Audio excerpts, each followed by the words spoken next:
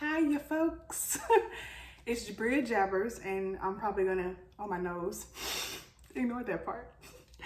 I'm probably gonna jabber a lot in an echoey way, specifically because I'm like in the corner of my room. Actually, let me get this teddy bear and put it there. One sec. Okay, it should echo, well, maybe not. Maybe it didn't work.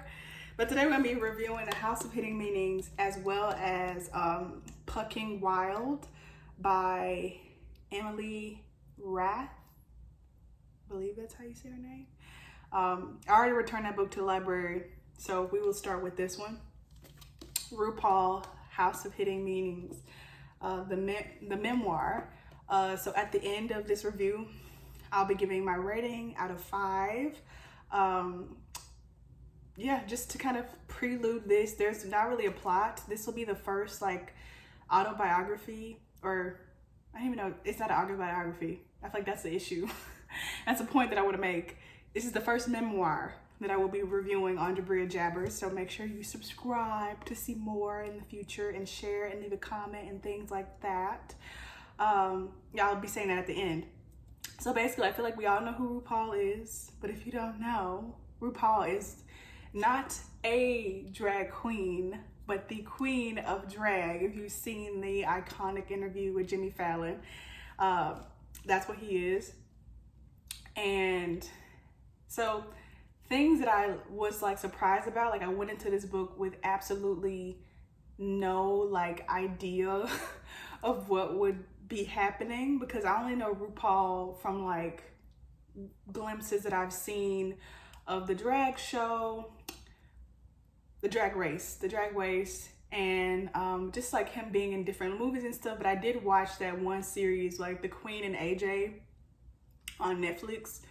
I watched that whole thing, so I know him from that. So I know him mostly as like an actor and, you know, drag queen. I did find out through like research that this wasn't his first book, and that he has like 13 albums or something, like since the 90s. Like I didn't know that he was like a writer, so that was surprising. And the reason I looked that up is because I was surprised by like how poetic the writing was. Something I also liked about this book is that like the little chapters, let me show you, like that it has chapters. And I like that all the chapters come with a picture, a photograph, and like a quote from the chapter. I like that. I feel like that was a cute little original thing, and it gives a person, because you know, this is the queen of drag, it gives visualization, like literal imagery.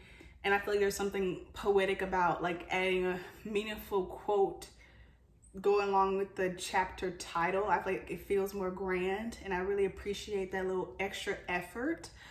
So now we'll be going over some of like my favorite quotes. So the first one is on page 16. Gole. So I really liked what he was saying about God, and I'll just read it.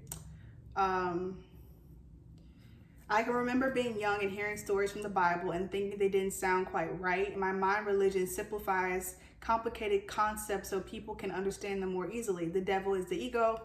God is a frequency that cannot be explained. Jesus is a term for the potential that we all have, the potential for us to transcend the physical illusion and to remember who we are, which is an extension of the God force. The truth is, I don't think either of us took any biblical doctrine too literally. I like that. I like this quote about smartphones.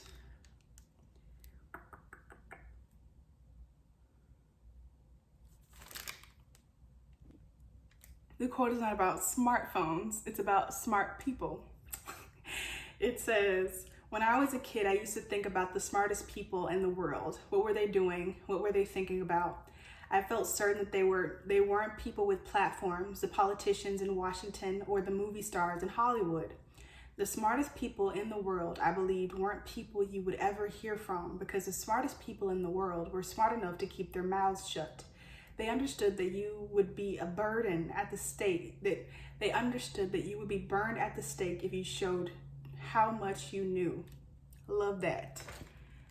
Page 47.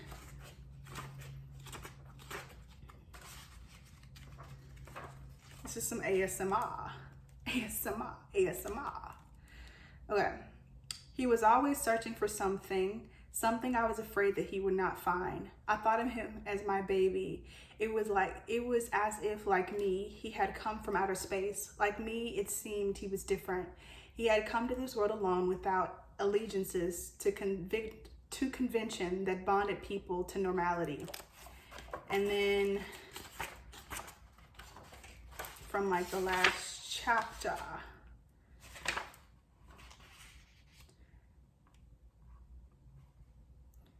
I understood that my dissociative self was born the day my mother tried to set fire to my father's car.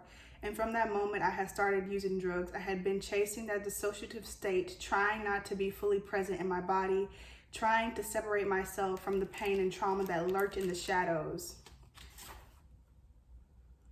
And also this one, which is like a continuation further on, because the more I spent time with friends and meetings out in the world, the more I was learning that I wasn't so different after all.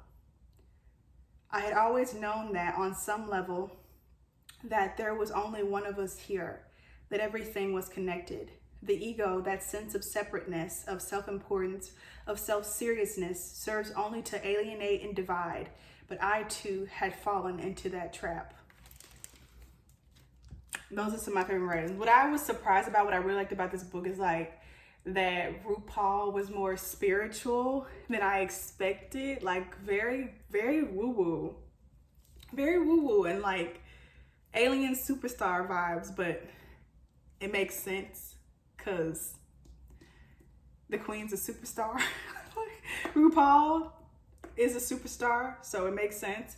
I think it really made me feel seen in that way, to see him as a human and not this huge persona.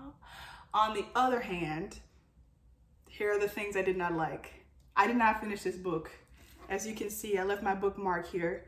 I only got halfway through and then I just skipped to the end to like read the final chapter.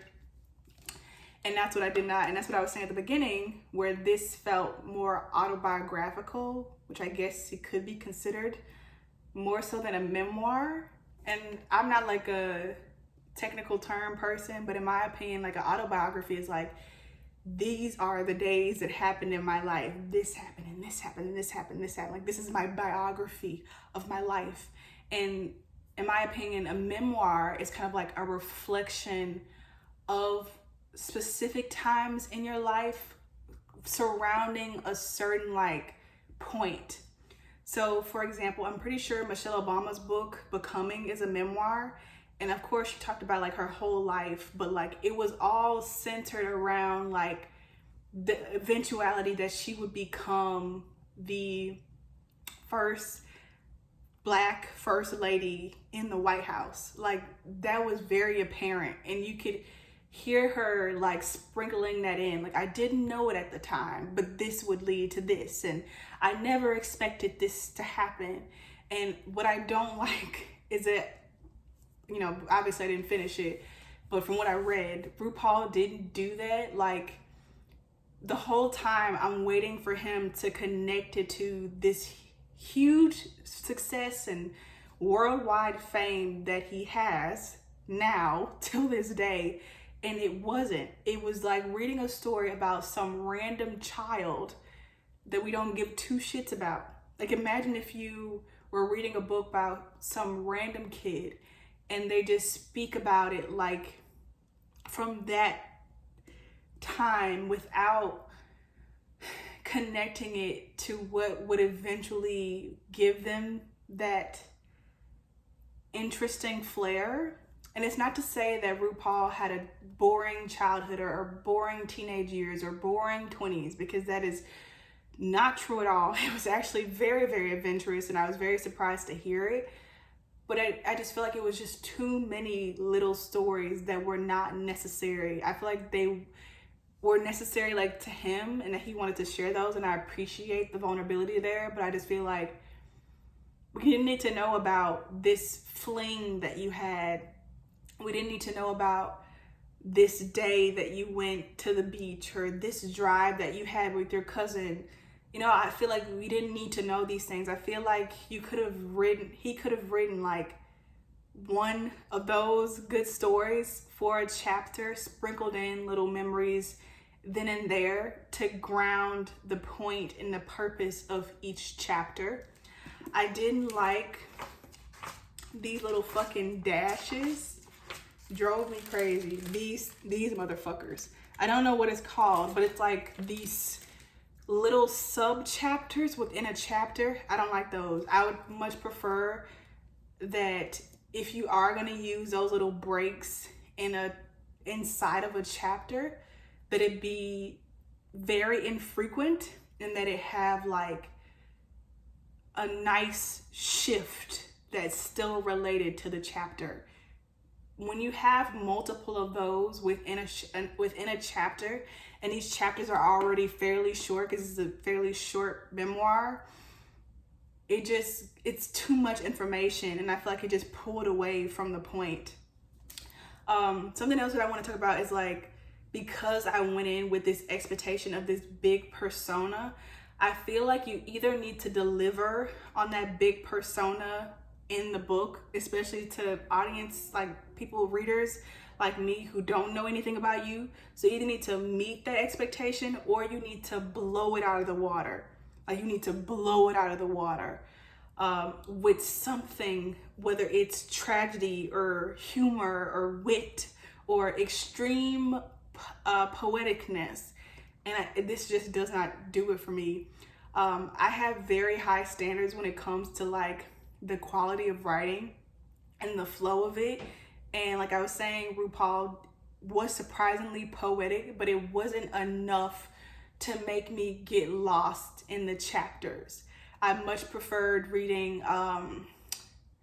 Tiffany Haddish's memoir. I much preferred reading Gabrielle Union's memoir, because I feel like she didn't tell all these many stories inside of it. She usually focused on one or two, I feel like at the max 4 good stories about her life within a chapter, and it was consecutive, it was flowing, it wasn't all these little breaks in between. Did not like those. Yeah, and that's it. I've realized as I was reading this book, it wasn't making me happy. And when things aren't making me happy and I'm not enjoying them, I usually try to push myself a little bit, and I did. But then I realized it wasn't bringing me joy. So I stopped it because I'm really sensitive. And when things aren't giving me joy, I end up absorbing what's in them, and it can give me anxiety and all sorts of things. What else did I want to talk about?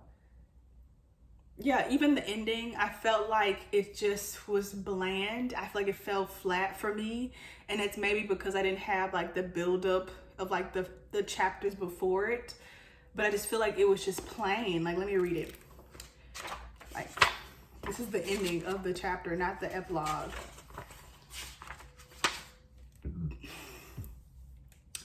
I looked out at the freeway, so many drivers speeding along to their next somewhere. How extraordinary to take it all in from up here, to see that the road was wide open. I love this house. I love being in my body. I was where I belonged. Like, it's so like lame. I love the way Michelle Obama closed out hers. She literally closed it out with like Becoming, which was the title of the book. And while the House of Hidden Meanings is mentioned in the final chapter, I feel like it would have had a nicer oomph if it was like in the last like sentence of it, or some sort of reference to a house and not like the literal body. I don't know. I feel like it just could have been executed at a higher level than it was. And I feel like it's because he is not a writer, and I feel like he wrote this himself, if that makes sense, versus like working with someone else like a lot of people do, like ghostwriters. I feel like he wrote this himself and then just got it like edited, and I don't like that. And I also feel like one of the reasons why I don't like rock with it is because RuPaul is old. Love your girl, but she's old, and I feel like the way that his mind thinks is like from an older generation. And I feel like older people, like these are the types of books that they read, like that you didn't have to work hard to capture the audience's attention because there wasn't shit else to do. They didn't have iPhones. They didn't have internet. They didn't have like Teslas and shit. They didn't have main events and these different things. Like they had the radio and they had books. And so like you didn't have to try as hard. I feel like this book would have been extremely unsuccessful if it were written by anyone else. You know what I mean? I feel like the only way this book would get read is because the face of RuPaul is on it and his name is here big and bold, if that makes sense. Like a drag queen that is less famous, like this book wouldn't win nowhere in terms of the writing, because this day and age, the people of this era, we have so much to consume. We have so many options that in order for you to become like a bestseller or to get people to sit down and read your shit, you need to be really good. You need to be captivating and really, really thrilling and interesting in your writing in order to get that. And my favorite memoir of all, in case you were wondering, the best memoir I've ever read is by Jeanette McCurdy. That's an example of people going in with expectations, and because she's not meeting what they thought, what they want to get, she shook them. She gagged us with the title itself. I'm glad my mom died. You feel me? Like that's, I feel like if he would have come with something like that, like something as enticing and made the writing more 2024 up to date, this would have been tea, but it's not. Next time, call me. Okay, I don't have the book, as I said, Pucking Wild. So before we get into that, I'll just go ahead and give you the RuPaul's, the House of Hidden Meaning ratings. I would give this book 2 out of 5. I want to thank the person that recommended me this. Thank you so much. I feel so sweet. And I greatly encourage other people who would like to recommend me a book to review to leave those in the comments below. But yeah, the reason 2 out of 5 is because 2 for those the things like that. So the pictures, the creativity, and the undertone of eloquence that's throughout the book, but deduction of points for all of the different things that I mentioned before. I did not finish it. It's not something that I would recommend and be like, oh my God, girl, you got to read this. I would not say that about this book. I would not recommend this book to be read by anybody else. I would much rather be like, go watch one of his like documentaries, go watch one of his interviews, like go watch one of his shows to get like the vibe of RuPaul. This book was, I feel like, very revealing, but not in a way that just hit the mark for the general public. Maybe a specific older target audience, but not for me. Okay, so Pucking Wild. If you've seen my last or my most recent book review, it was for Pucking Around and Panic. And this one is Pucking Wild is book 2 in the series. And I love that it continues within the same universe, and it's the best friend of the main character from the first book. This book was very spicy, but it was not as spicy as the first book. It was not as spicy as the first book. I still love the writing. I love that it was lighthearted. However, I did not like these characters. I found it really hard to be like attracted to these characters. I think it was because of the body type, which was just not my type. But I feel like if you're a good writer, you know how to like get the reader to be aroused by something about the character versus like if the reader isn't particularly attracted to a certain character, you know how to get it out of them. You know what I mean? And I was just like, I'm not attracted to either of these characters. I didn't really like the descriptions of them. They felt boring. And I was very like underwhelmed by the characterization and the character development of Tess, who is the main character of this book, who is the best friend of the main character from Pucking Around. Hopefully this is making sense. Hopefully you've already read the books so it can make sense. But yeah, Tess in the first book, she was like always described as this very fiery person. Like, I believe in the first book, like the first chapter, she was like, girl, get up, like it's time to go. Like very like sassy and bombastic and loud and raunchy. And in the second book, when it got to be from her perspective, she was just very, I feel like she wasn't as witty. She cried a lot. Like she was very easily emotionally like triggered. And I was just like, what? I thought she was supposed to be like feisty. Like I was waiting on that feistiness and it just wasn't there. Like it was giving very much like a very similar character to Rachel from the first book, but like less interesting. I just found her to be less interesting, and the male romantic interest, Ryan, found him to be less interesting as well versus the first one. I feel like if you're gonna come out with a bang and like a wide choose queer novel like that, something that most people have never read about and never gotten that amount of spiciness, it has to be followed up with something just as, if not more, like boom and thrilling. But we've heard this story a million times of like a bi girl that dates a straight man. I don't know, I feel like we've done it before. And also like the redhead trope, I feel like it was just boring. I wanted something more. I don't know, I just wanted something more. In terms of like the plot wasn't bad.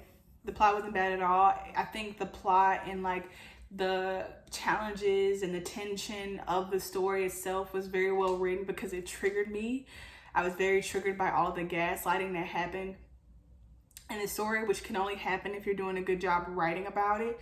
So kudos to that. I like it was a good amount of inclusion of the first couple, first quadruple, the first lovers from the first book. I love how they were included, and it was very consistent in terms of their personalities. I think except for Caleb, who was much more touchy, and he was described as like very against PDA in the first book. And I was like, why is there so much of him like being touchy in this book? I didn't understand that quick transition in such a short period of time, because this is only like months after the first, think about it, or weeks.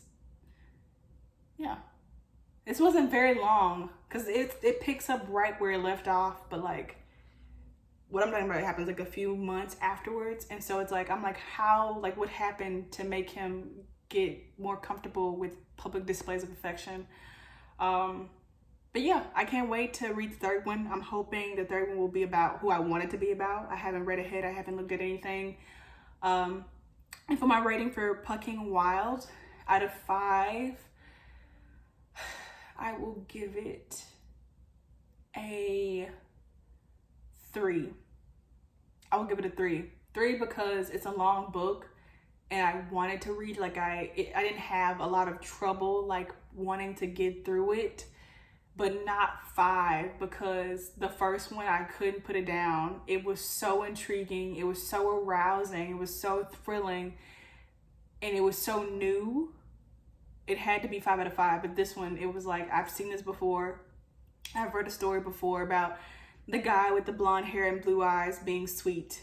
I'm like, why can't the guy with blonde hair and blue eyes be like devilish? Like, why can't he be like, gritty? Or like, why can't the guy be the redhead for once and the girl be the one with the blue eyes and blonde hair, Or he didn't have blue eyes and blonde hair, he had blonde hair and green eyes, but you know what I mean? Like the beach boy, goody two shoes. I don't know, I just was like bored. So that's my rating. And if you've watched it for this long, you might as well subscribe, you might as well share, you might as well leave a sweet comment, you might as well give me a recommendation and support me in any way you feel called to. Thank you so much for watching, and I'll see you next time. Bye.